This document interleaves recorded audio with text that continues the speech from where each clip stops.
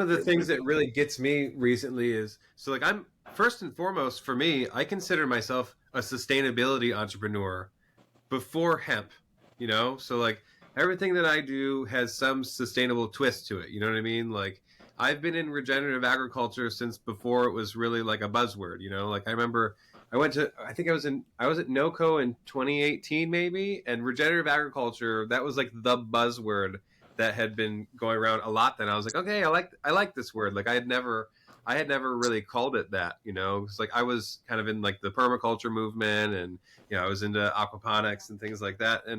But the point is though, is like you read all these SDGs, these sustainable government goals of European Union, and carbon goals for 2030, 2050, etc. Or even if I'm reading even a book about sustainable fashion, hemp is mentioned maybe once. Even bast fibers in general. Like if you were to just ball all of them up, linen, hemp, nettle, canaf, sisal, jute, and so on, it's like how are these amazing, extraordinarily strong, cool fibers not getting the limelight right now? I don't get it. Well, I think they're starting to a bit. They're more so now. You're looking at these fast fashion companies, H&M and Forever 21 and stuff, who are supposedly trying to jump onto the more sustainable natural fibers thing to become slower fashion rather than fast fashion.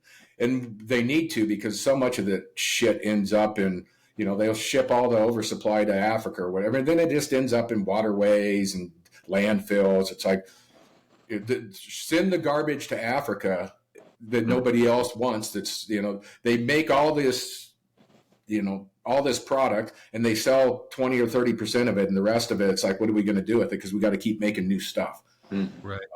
I have a friend from Kenya. She says 90 million tons of polyester get dumped in Kenya annually.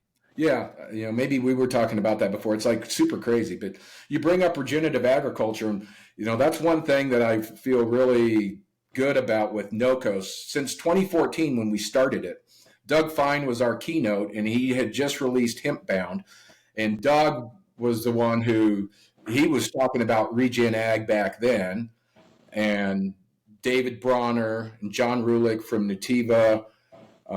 We had Ray Archuleta speak a couple of times, who's a regen guy. So we've been involved with that, that buzzword and that, that type of farming practice and what we preach the whole time. And it's really important. I'm glad that I got familiar with it 10, 11 years ago. I mean, there's experts on that. I'm not a subject matter expert on regen farming, but I get the whole grasp of why it's important and why we don't want to destroy our soil. And it's good to have grazing and, cover crops and taking care of the soil and sequestering carbon and microorganisms and all of that. And hopefully it's catching on more and more.